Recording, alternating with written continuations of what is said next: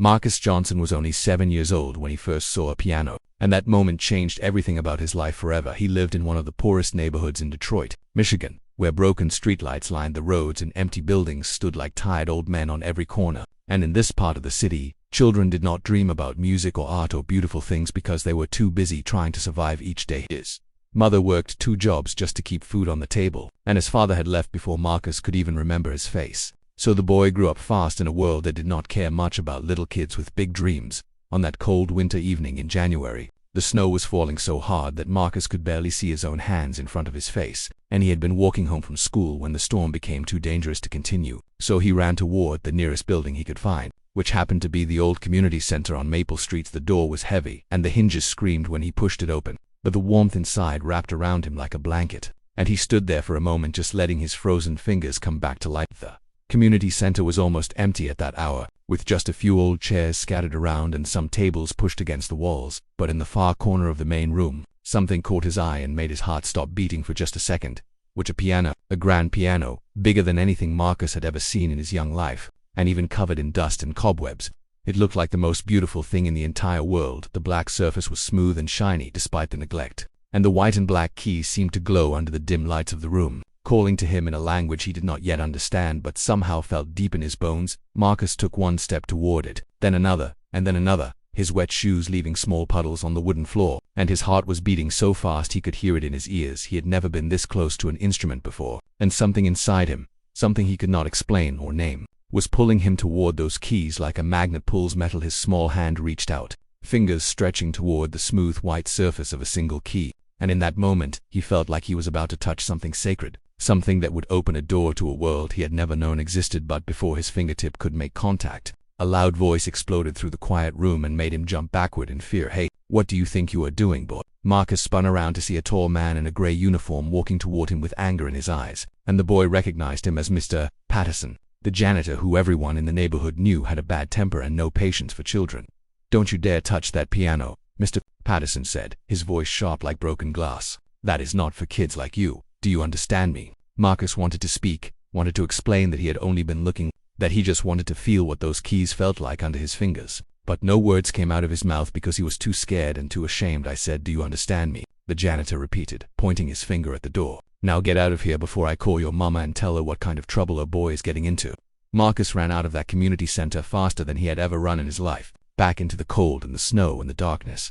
And he did not stop until he reached his apartment building, 3 blocks away. When he got home, his mother was still at work, so he sat alone in the small kitchen and cried, not because the janitor had yelled at him, but because he had been so close to something wonderful and it had been taken away from him in an instant. That night, Marcus dreamed about the piano, and in his dream, he was sitting on a beautiful velvet bench with his fingers dancing across the keys, creating music so beautiful that it made the whole world stop and listen. When he woke up the next morning, his pillow was wet with tears, and he knew that something had changed inside him forever from that day forward. Marcus could not stop thinking about the piano and those forbidden keys that he had been told he was not allowed to touch. He started to notice music everywhere he went, in the rhythm of the rain on the rooftop, in the beat of car engines passing by, in the way his mother hummed old songs while she cooked dinner after her long shifts at school. His teachers noticed that he was different, always tapping his fingers on his desk, always moving his feet to some invisible beat that only he could hear, and they told him to stop, to pay attention, to act like the other children. But Marcus could not stop,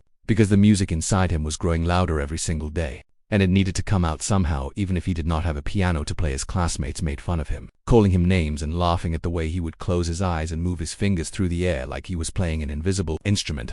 But Marcus did not care what they thought because he knew something they did not know. He knew that somewhere inside him, there was a gift waiting to be discovered, a talent that had been sleeping his whole life and was now waking up and demanding to be heard at home. Marcus would sit on his bed and practice finger movements he had seen musicians do on the old television that sometimes worked when the weather was good, and he would imagine that he was playing concerts for thousands of people who loved his music. His mother worried about him, asking why he spent so much time alone in his room, why he did not play outside with the other boys, why he always seemed to be somewhere else even when he was right in front of her. But Marcus did not know how to explain what was happening inside his heart, how the music had planted a seed that was growing into something bigger than himself, something that would not let him rest until he found a way to make it real. Months passed, and the memory of that piano in the community center never faded, and sometimes Marcus would walk past the building on his way home from school and stand outside, looking at the windows and wondering if the piano was still there, still waiting, Still calling his name in that silent language only he could hear, he promised himself that one day, somehow, he would find a way to touch those keys, and when he did, he would show everyone who had ever told him no that they had been wrong about him. Marcus Johnson was just a poor kid from Detroit with nothing but a dream and a rhythm in his heart. But that was enough to start a journey that would change not only his life but the lives of thousands of people he had not even met. Yet the forbidden keys had awakened something powerful inside him, and nothing in this world was going to put it back to sleep. 5 years had passed since that cold winter night when Marcus first saw the piano, and now at 12 years old, he was caught between two worlds that did not understand each other. The music inside him had grown stronger with every passing day, like a river that keeps getting wider and deeper no matter how hard you try to build walls around it. And Marcus had learned that some things cannot be controlled or ignored no matter how much the world tells you to be quiet. He had become known as the strange boy in his neighborhood, the one who was always tapping and drumming and making sounds that nobody else seemed to hear. And while other kids his age were playing basketball or getting into trouble on the streets, Marcus was somewhere else entirely, lost in a world of rhythm and melody that existed only in his head. His mother, a tired woman named Dorothy who had worked herself nearly to death just to keep her son alive, did not know what to do with this child who seemed to hear music in everything. "Marcus, baby, why do you always have to make that noise?" she would ask when she came home from her night shift to find him drumming on pots and pans in the kitchen at 3 in the morning. But Marcus could not explain it to her, who could not put into words the burning feeling in his chest that demanded to be released through his fingers. The songs that played in his mind when he closed his eyes, the desperate need to create something beautiful in a world that had given him nothing but ugliness at school. This situation was even worse, and his teachers had run out of patience with the boy who could not sit still, who was always moving his hands and feet, who seemed to be listening to something invisible instead of paying attention to their lessons. "Marcus Johnson, if I have to tell you one more time to stop that tapping, you will spend the rest of the week in detention," his math teacher, Mrs. Williams, would say, her voice sharp with frustration. But even detention could not stop the music, and Marcus would sit in that empty classroom after school, tapping his fingers softly on the desk, while he stared out the window and imagined himself playing concerts for people who actually wanted to hear what he had to offer. The other students had given up trying to understand him, and most of them simply avoided the weird kid who talked to himself and moved his fingers through the air like he was casting spells. But some of them were not so kind. There was a group of older boys led by a kid named Terrence who had decided that Marcus was an easy target, and they would follow him home from school, calling him names and throwing things at him while they laughed at his strange behavior. "Look at the piano boy,"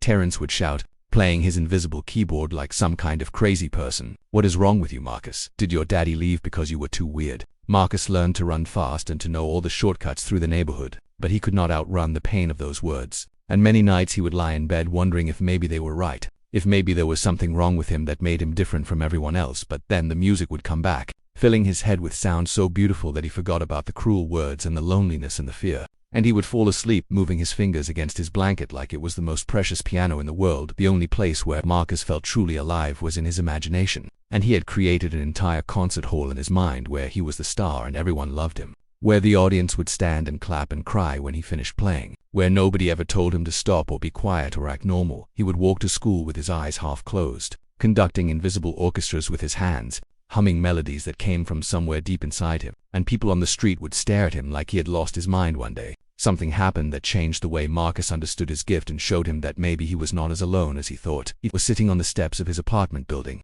tapping a complicated rhythm on the concrete with a stick he had found, when an old man walked by and stopped to listen. The man was wearing a worn-out coat and a hat that had seen better days, and his face was lined with wrinkles that told stories of a long and difficult life. But his eyes were bright and curious as he watched the young boy create music from nothing. "That is a good rhythm you got there, young man," the old man said, and Marcus looked up in surprise because nobody had ever said anything positive about his tapping before. "You think so?" Marcus asked, his voice small and uncertain. "I know so," the old man replied, sitting down on the step next to him. "I used to play drums in a jazz band back in the day, traveled all over the country making music, and I can tell you that what you got is special." Son Marcus felt tears forming in his eyes, but he blinked them away because boys in his neighborhood were not supposed to cry, especially not in front of strangers. "Everyone tells me to stop," Marcus said, "that say I am being annoying, that I need to be normal like the other kids." The old man laughed, a warm sound that reminded Marcus of honey and sunshine, and shook his head slowly. "Let me tell you something, young man, and I want you to remember it for the rest of your life," he said.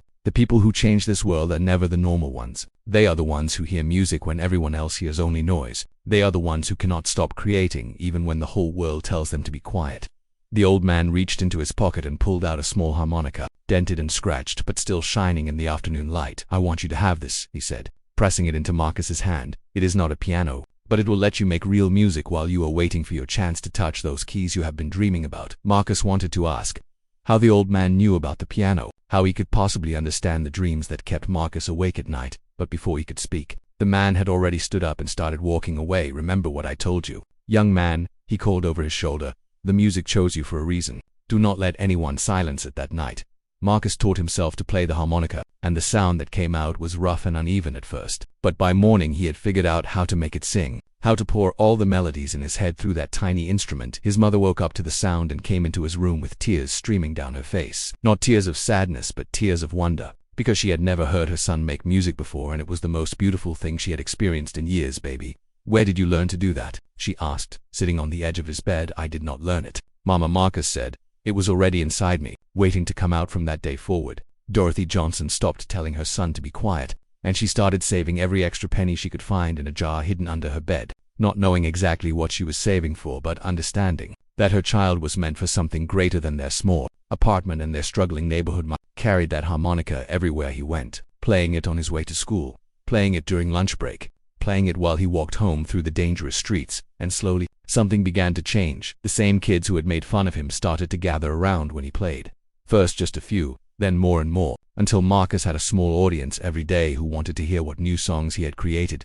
Devin Terrence, the bully who had made his life so difficult, stopped to listen one afternoon and did not say a single cruel word, just nodded his head to the rhythm and walked away with something like respect in his eyes. Marcus was learning that music had power, the power to change hearts and minds, the power to bring people together, the power to transform a weird kid into someone worth listening to. But the harmonica was not enough, could never be enough, because deep in his soul, Marcus knew that his true instrument was still waiting for him, those black and white keys that had been calling his name.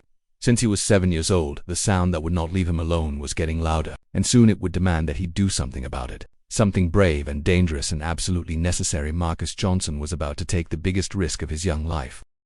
Marcus discovered the secret by accident on a Thursday night in October when the moon was full and the streets were quiet, and everyone in his apartment building was asleep. He had been unable to rest because the music in his head was too loud, too demanding, too alive, and he had climbed out of bed and walked to the window to stare at the city lights and wonder if he would ever get the chance to play a real piano. Was when he noticed something strange about the community center 3 blocks away, the same building where he had seen the piano 5 years ago, the same place where the janitor had told him that instruments like that were not for kids. Like him, a small window on the side of the building was open, just a crack, but enough for Marcus to see from his high vantage point, and something inside him knew immediately what he had to do. His heart was pounding as he put on his shoes and crept past his mother's bedroom door, holding his breath and moving like a shadow, and within minutes he was outside in the cool night air, walking toward the community center with determination in every step. The neighborhood was different at night, dangerous in ways that Marcus understood all too well, but he did not care about the risks because the piano was calling him, and he had waited long enough to answer. When he reached the building,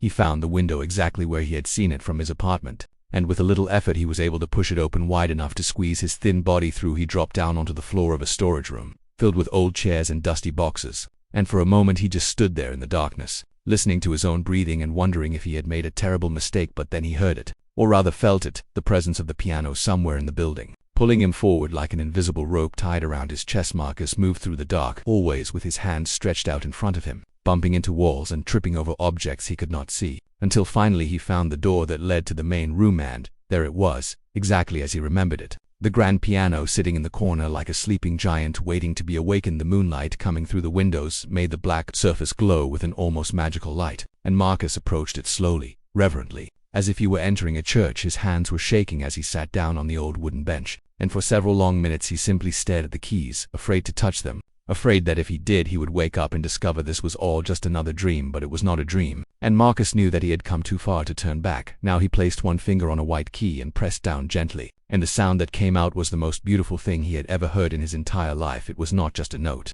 It was a door opening, a world changing, a boy becoming something more than he had ever been before. Marcus pressed another key, then another, and soon he was using both hands, not playing any song that had ever been written, but creating something new, something that came from deep inside his soul and poured out through his fingers like water from a broken dam. He did not know how long he played that first night, but when he finally stopped, the sky outside was starting to turn pink with the first light of dawn, and he realized with a shock that he had been at the piano for almost 6 hours. His fingers were sore and his back was stiff, but he felt more alive than he had ever felt before, and he knew that he would come back the next night, and the night after that, And every night until someone stopped him. That was how the secret hours began. Every night for the next 3 years, Marcus would wait until his mother fell asleep, then climb out of his window and make his way to the community center, where the unlocked window became his private entrance to a world that was supposed to be forbidden to him. He had no teacher, no sheet music, no method books or lessons or guidance of any kind, but he had something that could not be taught, an ear that could hear a melody once and remember it forever,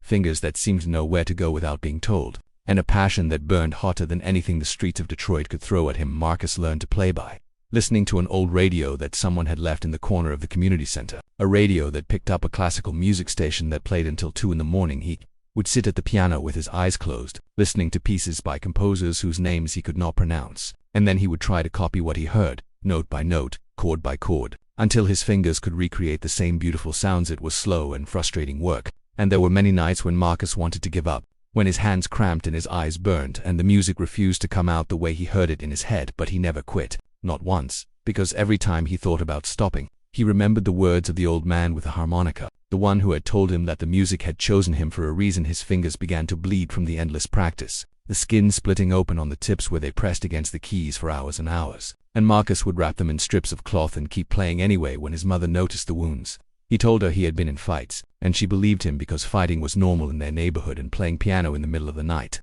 was not. You need to be more careful, baby, Dorothy would say as she cleaned his cuts and wrapped them in bandages. These streets will eat you alive if you let them. Marcus felt guilty for lying to her, but he could not tell her the truth because she would make him stop, and stopping was the one thing he could not do. As the months passed, something remarkable began to happen. The random notes that Marcus had been playing started to come together into real music, recognizable pieces that he had learned from the radio, and his fingers grew stronger and faster and more confident with each passing night. He learned Beethoven and Mozart and Bach, composers who had lived hundreds of years ago in countries he had never seen, and somehow their music made perfect sense to him, like a language he had always known but never spoken. But Marcus did not just copy what he heard on the radio. He also began to create his own music, melodies that came from his life in Detroit, from the rhythm of the trains passing by his apartment, from the sound of rain on broken windows, from the laughter of children playing in the streets and the crying of mothers who had lost their sons to violence. He would sit at the piano and let his fingers wander, and songs would emerge that had never existed before, songs that told stories of pain and hope and dreams that refused to die. Sometimes Marcus would play so softly that only he could hear, afraid that someone might discover his secret, and other times he would play so loudly that the music shook the walls, and he did not care who heard, because in those moments nothing else mattered. The community center became his second home, more real to him than the cramped apartment where he spent his days, and the piano became his best friend, the only one who truly understood who he was and what he was capable of becoming. There were close calls, nights when Marcus heard footsteps in the hallway and had to hide behind a stack of chairs until the danger passed, mornings when he barely made it home before his mother woke up for her early shift, but he was never caught. And as the years went by, he began to believe that maybe God or the universe or whatever force controlled such things was protecting him, keeping his secret safe until he was ready to share it with the world on his 15th birthday. Marcus played Chopin's Ballade, No One, from memory, a piece so difficult that professional pianists practiced for years to master it, and when he finished, he looked down at his hands in amazement because he could not believe what they had learned to do. 3 years of secret hours had transformed a desperate kid with a dream into something extraordinary, a musician with raw talent that burned so bright it could not be contained forever. Marcus did not know it yet, but his secret was about to be discovered, and his life was about to change in ways he could never have imagined. The boy who had been told not to touch the piano had taught himself to make it sing, and soon the whole world would hear his song.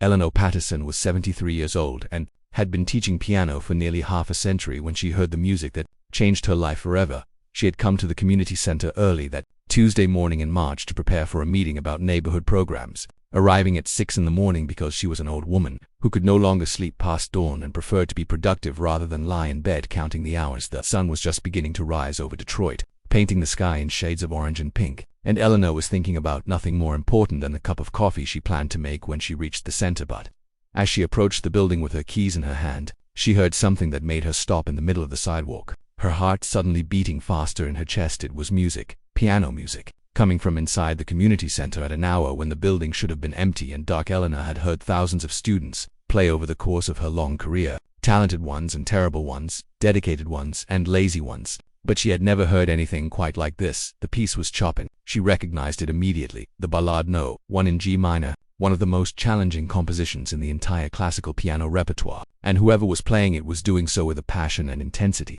that took her breath away. The technique was rough in places, she could hear that clearly, the kind of roughness that came from self-teaching rather than formal training. But underneath those imperfections was something rare and precious, something that could not be taught or bought or faked. It was genius, pure and simple. And Eleanor had been waiting her whole life to find it. She moved toward the building as quietly as she could, afraid that any noise might startle the mysterious pianist and stop the music. And she used her key to open the front door with trembling hands. The sound grew louder as she walked down the hallway, filling the empty building with beauty and power. And Eleanor felt tears forming in her eyes because she had almost given up hope that she would ever hear playing like this again. When she reached the door to the main room, she pushed it open slowly and looked inside.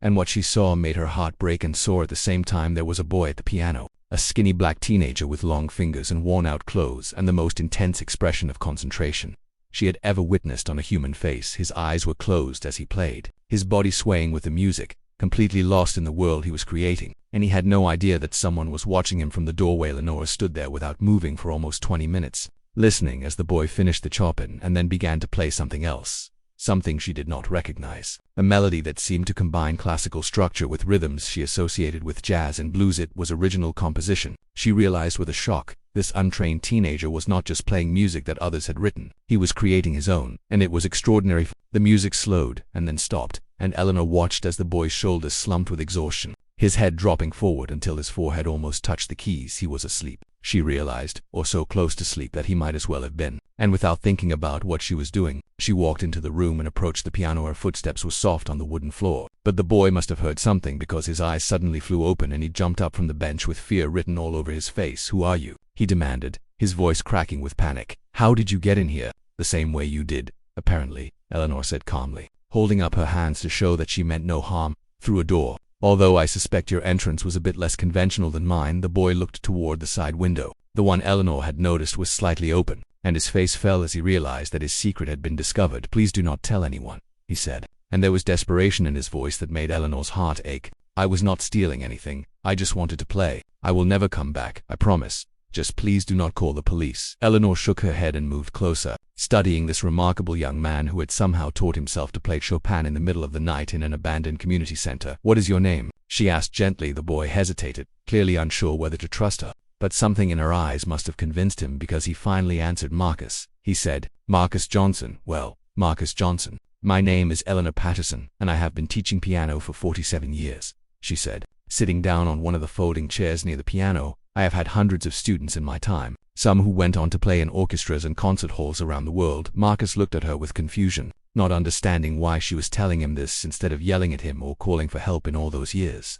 Eleanor continued, her voice soft but firm. "I have never, not once, heard anyone play like you just did." The boy's eyes widened in disbelief, and Eleanor could see that he thought she was mocking him, setting him up for some cruel joke. "I am serious, Marcus," she said, leaning forward in her chair. "What you have is something that cannot be taught. It can only be discovered, and somewhere along the way, you discovered it all by yourself." Marcus sat back down on the piano bench, his legs shaking too much to keep standing, and he stared at the old woman like she had just told him the sky was green. "But I do not know anything," he said. "I never had lessons. I just taught myself by listening to the radio. I do not even know how to read music." Eleanor smiled, and it was a smile full of warmth and understanding and something that looked almost like joy. "Reading music can be taught in a few months," she said. "What you have, that fire inside you, that ability to feel the music in your bones and make the piano sing, that takes a lifetime to develop, if it can be developed at all." She stood up and walked over to the piano, placing her wrinkled hand on the smooth black surface. "I want to teach you, Marcus," she said. "I want to give you everything I know. Every technique and theory and secret I have learned in my 47 years of studying this instrument." Marcus looked at her like she had lost her mind. And maybe she had, because she was standing in a community center at dawn offering free lessons to a teenager who had been breaking into the building every night for years. "Why?" he asked, the single word carrying all his confusion and distrust and desperate hope. Eleanor sat down on the bench next to him, their shoulders almost touching, and she looked at the keys that had brought them together. "Because I am 73 years old, and I have been waiting my whole life to find someone like you," she said. "I came from nothing, Marcus, just like you. Grew up in a neighborhood not so different from this one, and someone gave me a chance when I had no right to expect one." She turned to look at him, and her eyes were shining with tears that she did not try to hide. "I made a promise to myself a long time ago, that if I ever found a student with real genius, true genius, I would do whatever it took to help them reach their potential," she said. "I have taught many talented students over the years, but I was starting to think that I would die before I found the one I was looking for." She reached out and took his hand in hers, feeling the calluses on his fingertips, the evidence of thousands of hours of practice. And then I walked into this room and heard you play. And I knew that my search was over. Marcus did not know what to say, did not know how to process what was happening, because people in his world did not get chances like this, did not have old white women offering to change their lives for nothing in return. I cannot pay you, he said finally. My mama works 2 jobs and we barely have enough to eat. I do not want your money, Eleanor said firmly. I want your dedication, your passion, your willingness to work harder than you have ever worked in your life. She stood up and walked toward the door, then turned back to look at him one more time. Meet me here tomorrow at 4 o'clock, after school, she said, and Marcus used the front door this time for the first time in as long as he could remember. Marcus laughed, a real laugh that came from somewhere deep inside him, and he nodded his head as the old woman disappeared into the hallway. He sat alone at the piano for a long time after she left, trying to understand how his life had just changed in the space of a single morning. And when he finally walked out of the community center, the sun was high in the sky and everything looked different than it had before Marcus Johnson had been discovered, and nothing would ever be the same again.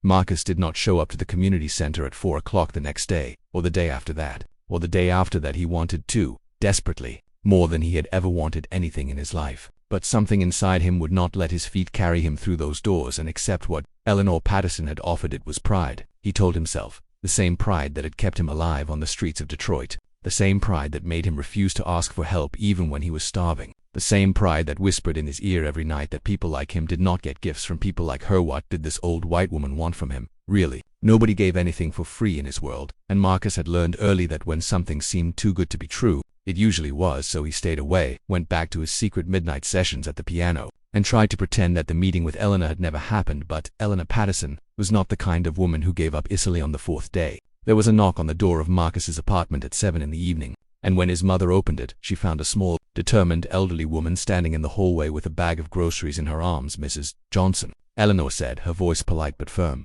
My name is Eleanor Patterson, and I need to talk to you about your son. Dorothy Johnson looked at this stranger with suspicion in her eyes, because nothing good ever came from people showing up at her door uninvited. But there was something about Eleanor's face that made her step aside and let her in. Marcus was in his room when he heard his mother call his name, and when he walked into the kitchen and saw Eleanor sitting at their small table, his heart nearly stopped beating. What are you doing here? He asked, his voice hard with anger that was really fear in disguise. I am doing what I should have done in the first place, Eleanor said calmly. I am asking your mother for permission to teach you. Dorothy looked between her son and this strange woman, confusion written all over her tired face. Teach him what? She asked. And how do you know my boy? Eleanor took a deep breath and began to tell the story. Everything from hearing the music that morning to finding Marcus asleep at the piano. And as she spoke, Dorothy's confusion slowly transformed into something else entirely. My baby can play piano, she whispered, tears forming in her eyes. He never told me. I never knew. She turned to look at Marcus, who was standing in the doorway with his arms crossed over his chest and his jaw clenched tight. Why did you not tell me, Marcus? She asked, and her voice broke on his name. Marcus did not answer.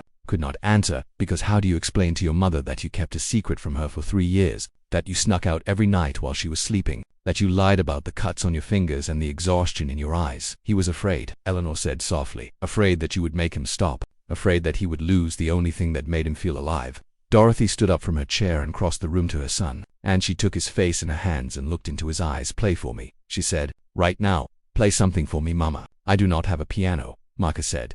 But his voice was shaking and his walls were starting to crumble. Eleanor reached into a bag and pulled out a small electronic keyboard. Nothing fancy, just a basic instrument that she had bought at a second-hand store on her way over. This is not the same as a real piano, she said, setting it on the kitchen table. But it will do for now. Marcus looked at the keyboard, then at his mother, then at Eleanor, and he felt something breaking inside him. The armor he had built around his heart starting to crack and fall away. He sat down at the table and placed his fingers on the keys. And for a long moment he just sat there. Not moving, not playing, not breathing. It is okay, baby, his mother whispered.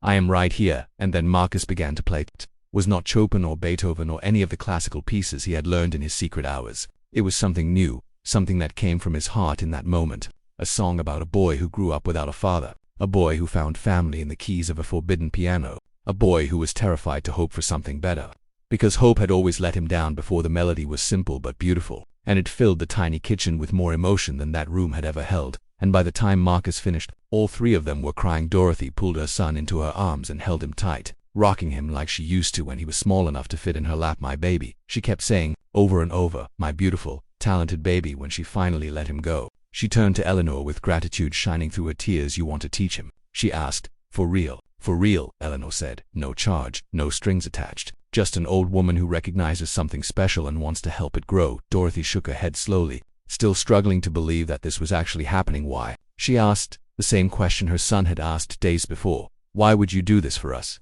Eleanor smiled, and for a moment she looked younger than her 73 years, like the weight of decades had lifted from her shoulders. Because someone did it for me, a long time ago, she said. A teacher who saw a poor girl from the wrong side of town and decided to give her a chance.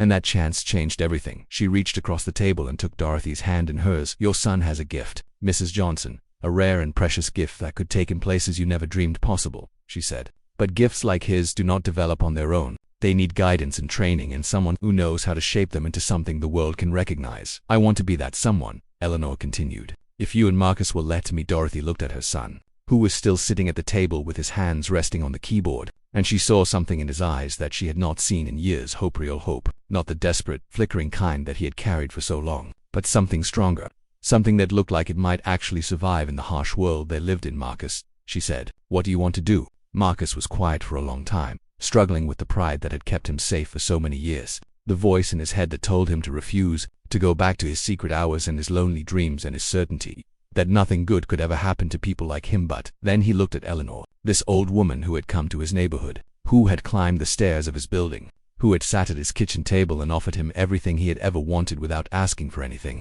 in return. And he looked at his mother, who had worked herself to the bone just to keep him alive, who had never given up on him even when she did not understand him, who was crying right now because she had just discovered that her son could make music. Yes, Marcus said, his voice barely above a whisper, I want to learn. I want to be taught. I want to be everything I was always supposed to be. Eleanor stood up and walked over to him, placing her hand on his shoulder. Then we start tomorrow, she said. 4 o'clock, at the community center. And this time, Marcus Johnson, you had better show up. Marcus nodded, and for the first time since that cold winter night when he was 7 years old, he allowed himself to believe that maybe, just maybe, his dreams might actually come true that night. After Eleanor had gone home and his mother had fallen asleep with a smile on her face, Marcus lay in bed and stared at the ceiling. He thought about all the people who had told him no throughout his life, the janitor who had yelled at him, the teachers who had punished him for tapping, the bullies who had made fun of him, the whole world that had seemed determined to keep him from ever touching those forbidden keys. And now, somehow, against all odds, someone had finally said yes. Tomorrow,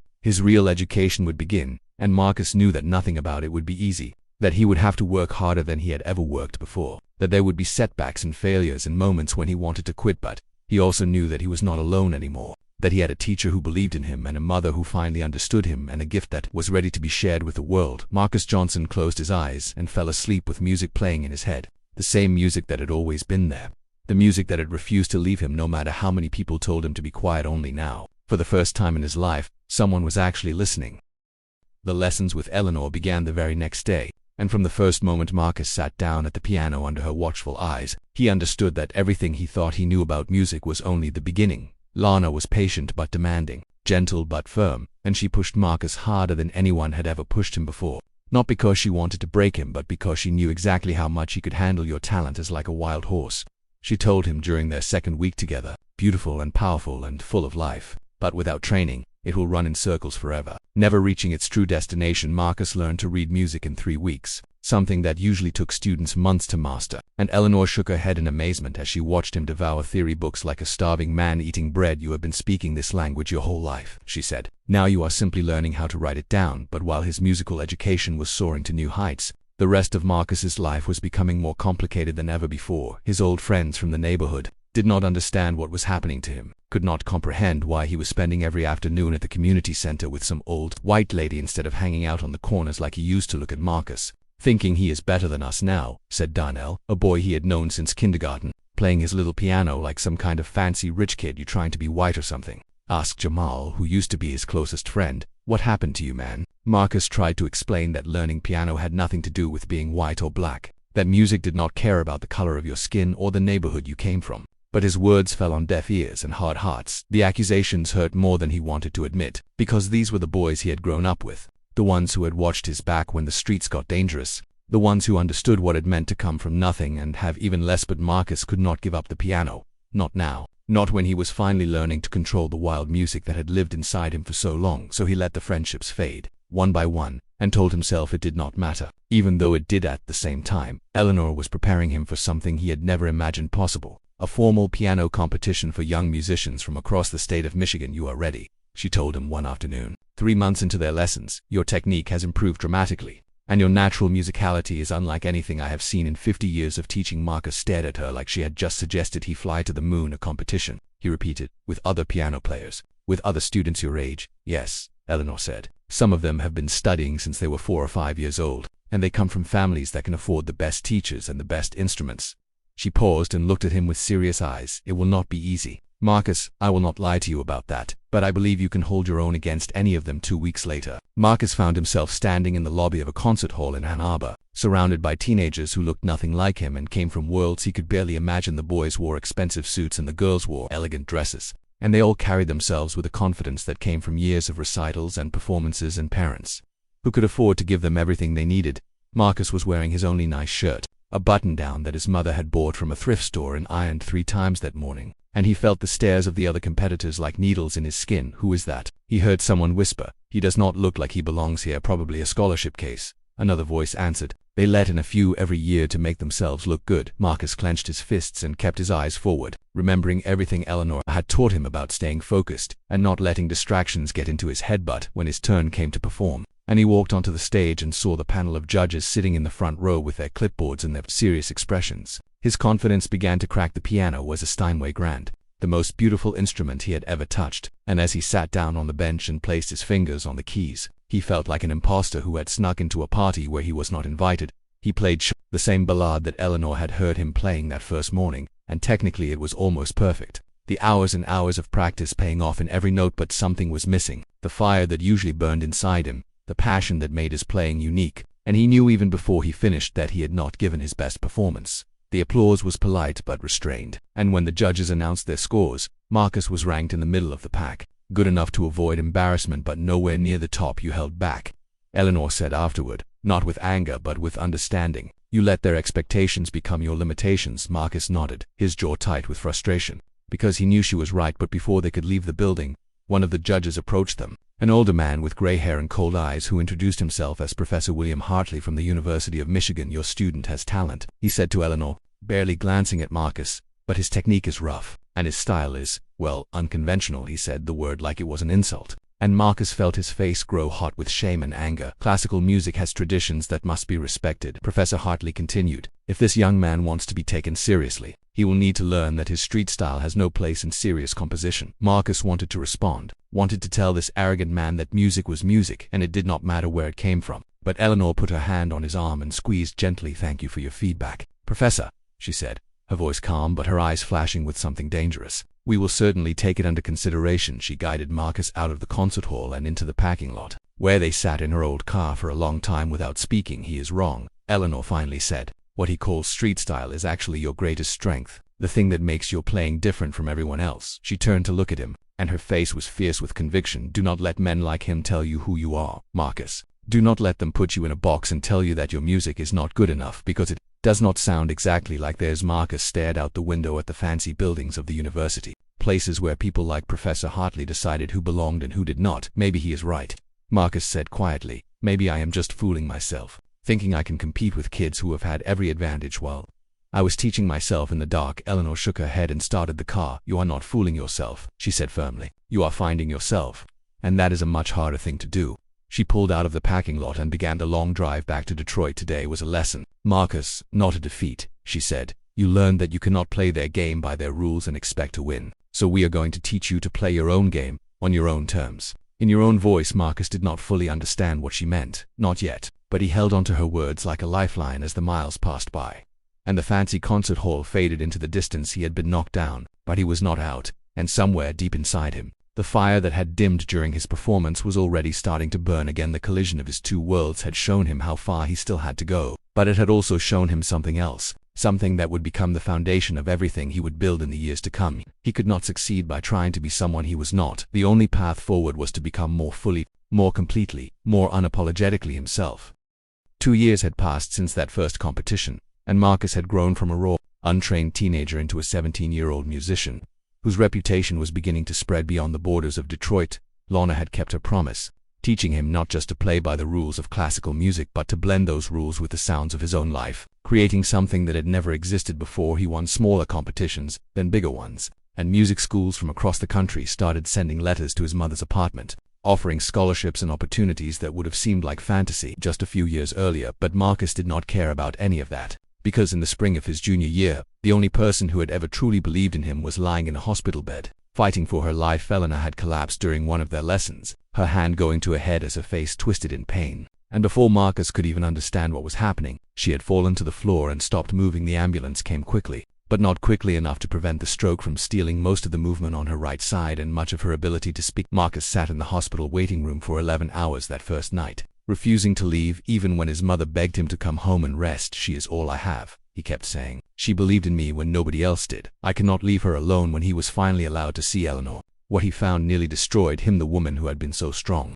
so fierce, so full of life and passion and music, was lying motionless under thin white sheets, her right arm limp at her side and her face slack with paralysis. She tried to speak when she saw him, but the words came out garbled and broken, and the frustration in her eyes was almost too painful to witness. Marcus sat beside her bed and took her left hand in both of his, and he made her a promise that he did not know if he could keep. "I am going to make you proud," he whispered. "I am going to be everything you always said I could be." But as the days turned into weeks and Eleanor showed little improvement, Marcus felt himself falling apart. He stopped going to school, stopped practicing piano, stopped eating and sleeping and caring about anything at all. His mother tried everything she could think of to pull him out of the darkness, but nothing worked, because Marcus had built his entire identity around his music and his teacher, and now both of those things seemed to be slipping away. "Baby, you have to keep going," Dorothy would say, sitting on the edge of his bed in the middle of the night. "Eleanor would not want you to give up like this." "How do you know what she would want?" Marcus would snap back, his voice harsh with grief and guilt. "She cannot even talk anymore.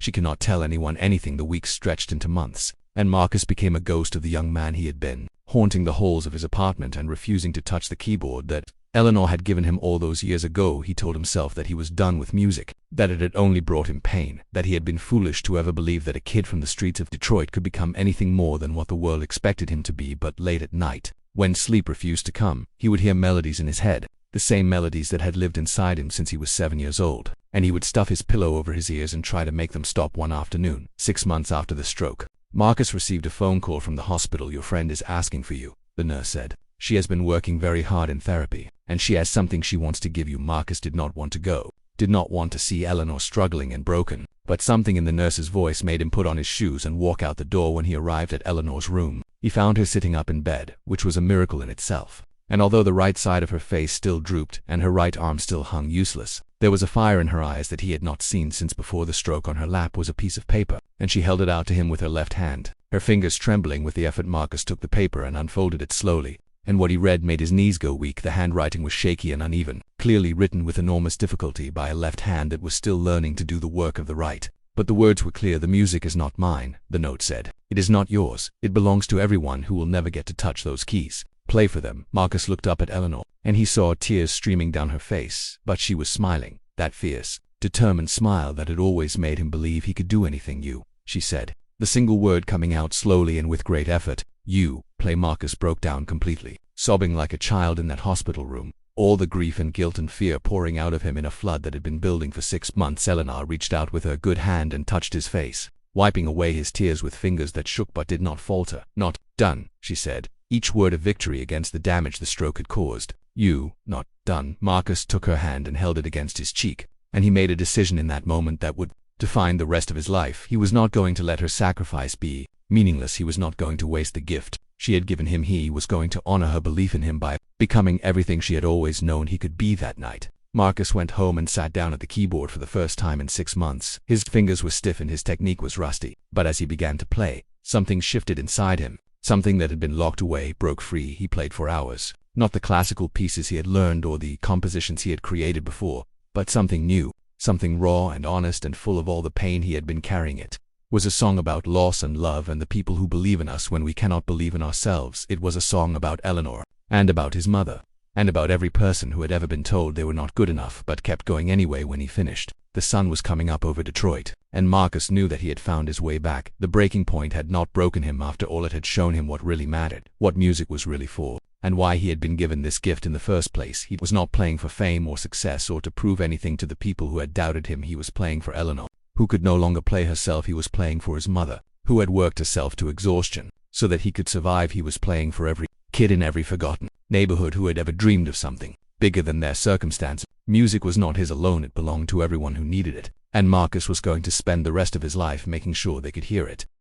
Marcus returned to music like a man reborn, but the musician who emerged from those dark months was not the same one who had entered them. Something fundamental had changed inside him, a transformation that went deeper than technique or training or anything that could be taught in a lesson before the stroke. Marcus had been trying to fit himself into the world of classical music, learning its rules and following its traditions and hoping that if he played well enough, the gatekeepers would eventually let him through the door. Now he understood that he had been approaching everything wrong. He did not need their permission. He did not need to sound like the students who had grown up with private teachers and expensive instruments. He needed to sound like himself, fully and completely. Without apology or compromise, the change began slowly. During late-night practice sessions, when Marcus would start with a piece by Chopin or Debussy and then let his fingers wander into unfamiliar territory, he would take a classical melody and add rhythms he had heard on the streets of Detroit, the pulse of car speakers booming through summer nights, the syncopation of feet on basketball courts, the call and response of church choirs on Sunday mornings. He would blend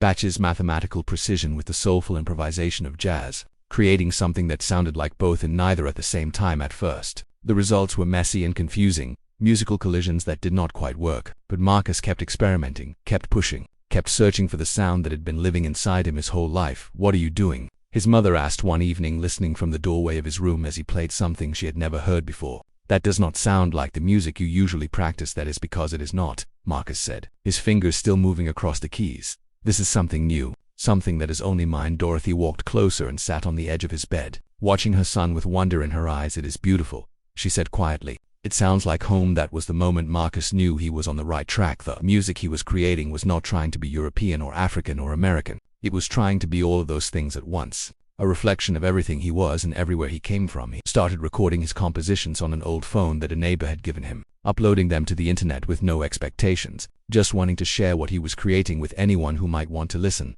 The response was slow at first, just a few comments here and there from strangers who had stumbled across his music by accident. But then something strange began to happen. People started sharing his recordings with their friends, and those friends shared them with more friends.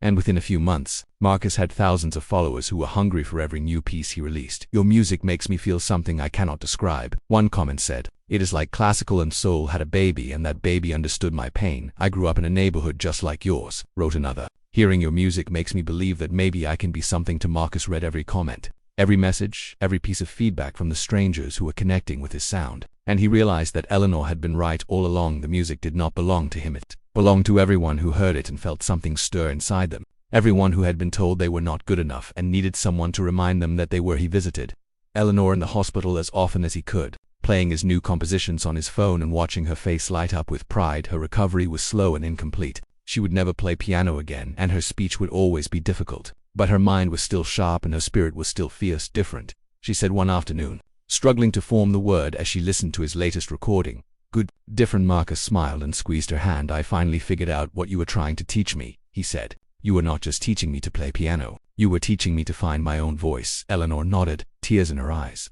and Marcus knew that she understood. As his online following grew, opportunities began to appear that Marcus had never imagined possible. A small recording studio in Detroit offered to let him record a proper album for free, just because the owner had heard his music and believed in what he was doing. A music blog with millions of readers wrote an article about him, calling him the most exciting young pianist in America, and praising his unique fusion of classical technique and street soul. Concert venues started reaching out, first small clubs and community centers, then larger theaters and music halls. Marcus said yes to everything, playing anywhere that would have him, from church basements to college auditoriums to outdoor festivals where thousands of people gathered to hear him perform. Each show was different, because Marcus never played the same way twice, letting the energy of the crowd and the feeling of the moment guide his fingers wherever they wanted to go. Critics did not know what to call his music. Some said it was classical, others said it was jazz, still others said it was something entirely new that did not fit into any existing category. But the audiences did not care about categories. They cared about how the music made them feel, and Marcus made them feel things they had never felt before. He played songs about growing up poor in Detroit, about fathers who left and mothers who stayed, about dreams that seemed impossible until someone believed in them. He played songs about Eleanor and her sacrifice, about the janitor who had told him not to touch the piano, about every person who had ever tried to put limits on what he could become. And when he played, People wept not because the music was sad, though sometimes it was, but because it was true, because it reached inside them and touched something they had forgotten was there. Marcus Johnson was no longer trying to fit into the world of music. He was creating his own world, and people were lining up to be part of it. 19 years old, he was being called a genius by people who had never heard anything like him before. At 20, he was selling out concert halls across the Midwest. At 21, record labels were offering him contracts worth more money than his mother had earned in her entire life. But Marcus remembered what Eleanor had taught him, remembered the note she had written with her shaking left hand, and he never let the success go to his head. The music was not his, it belonged to everyone who needed it, and his job was simply to be the vessel through which it flowed. He was no longer the scared little boy who had been told not to touch the piano. He was not the angry teenager who had hidden his gift from the world. He was something new, something that had never existed before, a bridge between worlds that had always been kept separate, and he was just getting started. The envelope arrived on a Tuesday morning in September, mixed in with bills and advertisements and all the ordinary mail that accumulated at Dorothy Johnson's apartment. Marcus almost threw it away without opening it, because the return address was from New York City and he did not know anyone in New York City, and mail from places you did not know usually meant someone was trying to sell you something. But something made him tear open the envelope anyway, and what he found inside made his hands start shaking so badly that he had to sit down on the floor right there in the hallway. It was an invitation to perform a solo concert at Carnegie Hall, the most famous music venue in the entire world, the stage where the greatest pianists in history had played, the place that Marcus had only ever seen in photographs and documentaries. At first, he was certain it was a mistake, some kind of clerical error that had sent this letter to the wrong Marcus Johnson. He read it 3 times, then 4 times, then 5 times, looking for some sign that it was a joke or a scam or anything other than what it appeared to be. But the letterhead was real, and the signature at the bottom belonged to the executive director of Carnegie Hall, and the date of the proposed concert was circled in red. Just 8 months away. Marcus sat on that hallway floor for almost an hour,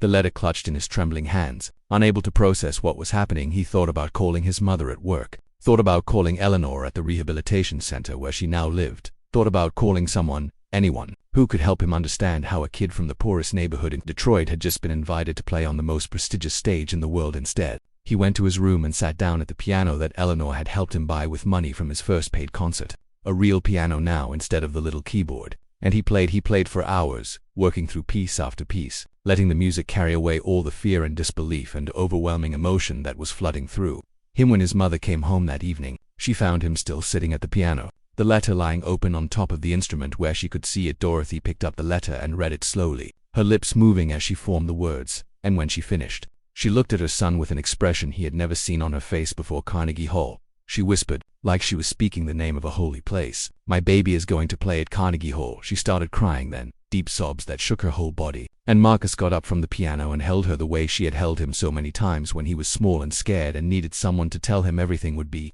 okay. We did it, Mama, he said, his own tears falling freely now. We actually did it. The next 8 months were the most intense of Marcus's life. He practiced for 10 hours a day, sometimes 12, preparing a program that would showcase everything he had learned and everything he had become. He chose pieces that told the story of his journey, from the classical masters who had shaped his technique to his own original compositions that blended the traditions of Europe with the soul of Detroit. He flew to New York 3 times to rehearse in the actual hall, to get a feel for the acoustics and the stage and the overwhelming reality of what he was about to do. Through it all, Eleanor was with him, not physically but spiritually, her voice in his head reminding him of everything she had taught him. Play for them, he would hear her say whenever doubt crept into his mind. Play for everyone who will never get to touch those keys. The night of the concert arrived faster than Marcus was ready for, and as he stood backstage at Carnegie Hall wearing a suit that cost more than his mother used to make in a month, he felt like he was going to be sick. The audience was already seated, nearly 3,000 people who had paid good money to hear him play, critics and musicians and ordinary music lovers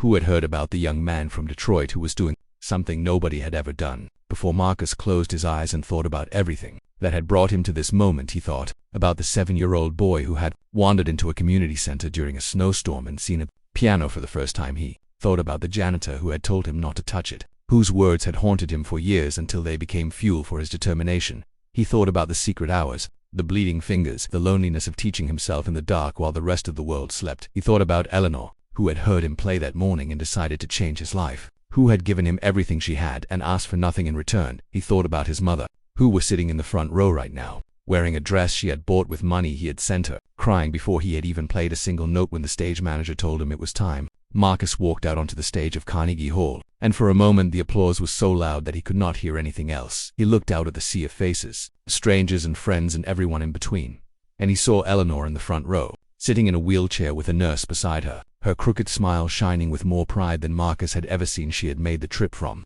Detroit despite her doctor's concerns, because nothing in this world was going to stop her from seeing her student play on the stage. They had both dreamed about. Marcus sat down at the piano, a Steinway grand that probably cost more than every possession his family had ever owned combined, and he placed his fingers on the keys. The hall fell silent, 3,000 people holding their breath, waiting, and then Marcus began to play. He started with Chopin, the ballade that Eleanor had heard him playing that first morning, but this time there was no holding back, no fear, no doubt. He played with everything he had, pouring 15 years of dreams and struggles and victories into every note, letting the music carry him away to a place where nothing existed except sound and emotion and truth. When he finished the Chopin, he moved seamlessly into his own compositions, the pieces that had made him famous, the music that had never existed before. He created it. Played songs about Detroit, about poverty and hope, and the refusal to give up. He played songs about love, about the teacher who had saved his life, and the mother who had sacrificed everything for him. He played songs about the future, about the children who were sitting in forgotten neighborhoods right now, dreaming dreams that the world told them were impossible. And as he played, something magical happened in Carnegie Hall that night. The audience forgot they were watching a performance. They forgot about critics and categories and all the rules that usually governed classical music. They simply listened,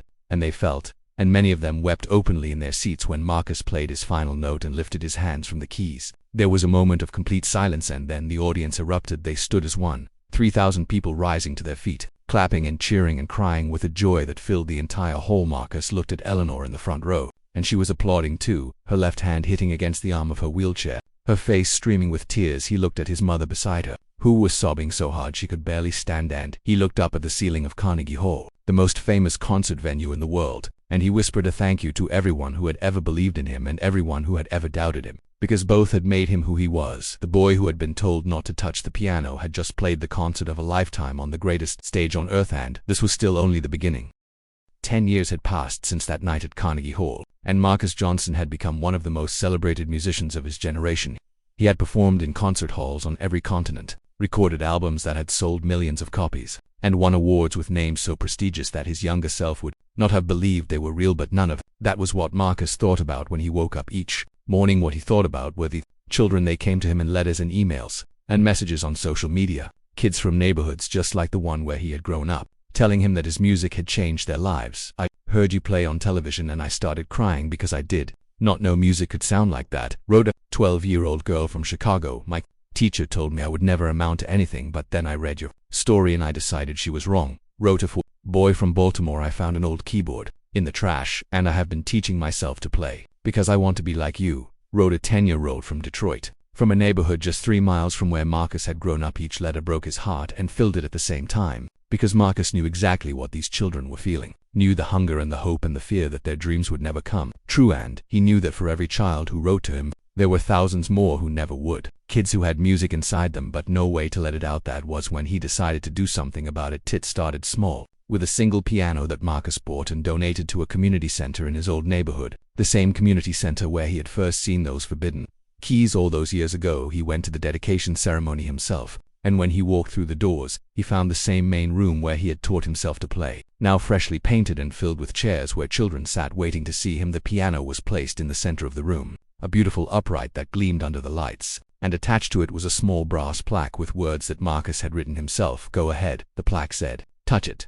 This is for kids like you." Marcus played a short concert for the children that day, and when he finished, he invited them to come up and touch the piano, to press the keys and hear the sounds they made. He watched as child after child approached the instrument with wonder in their eyes, the same wonder he had felt when he was 7 years old, and he made a decision that would shape the rest of his life. One piano was not enough. One community center was not enough. He needed to do more, much more, if he was going to honor the gift that Eleanor had given him. Within a year, Marcus had founded the Open Keys Foundation, a non-profit organization dedicated to putting pianos in places where children who could not afford lessons might discover them. He used his own money to buy the first 50 instruments, placing them in community centers and homeless shelters and juvenile detention facilities across Michigan. But the demand was overwhelming, and Marcus soon realized that he would need help if he was going to make a real difference. He started talking about his mission in interviews and concerts, sharing the story of the janitor who had told him not to touch the piano and the teacher who had changed his life. The response was incredible. Donations poured in from ordinary people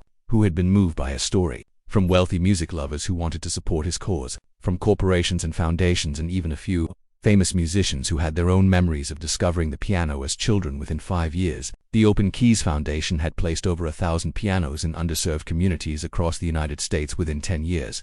That number had grown to 5,000, with programs in 12 different cities and plans to expand to 20 more. But Marcus did not just give away pianos and walk away. He created free lesson programs staffed by volunteer teachers, many of them former students who had been helped by the foundation and wanted to give back. He established scholarship funds for talented young pianists who could not afford formal training. He personally visited dozens of sites each year, playing concerts and meeting the children who were discovering music for the first time. And every single piano that the foundation donated came with that same brass plaque, the same words that Marcus had written on that first instrument in Detroit: "Go ahead, touch it. This is for kids like you." Eleanor lived long enough to see the foundation grow into something extraordinary. She passed away peacefully in her sleep at the age of 80, with Marcus holding her hand and playing recordings of his music on a small speaker beside her bed at her funeral. Marcus delivered a eulogy that left everyone in tears, telling the story of how a retired piano teacher had heard a teenage boy playing Chopin in an empty community center and decided to change his life. "She gave me everything," Marcus said,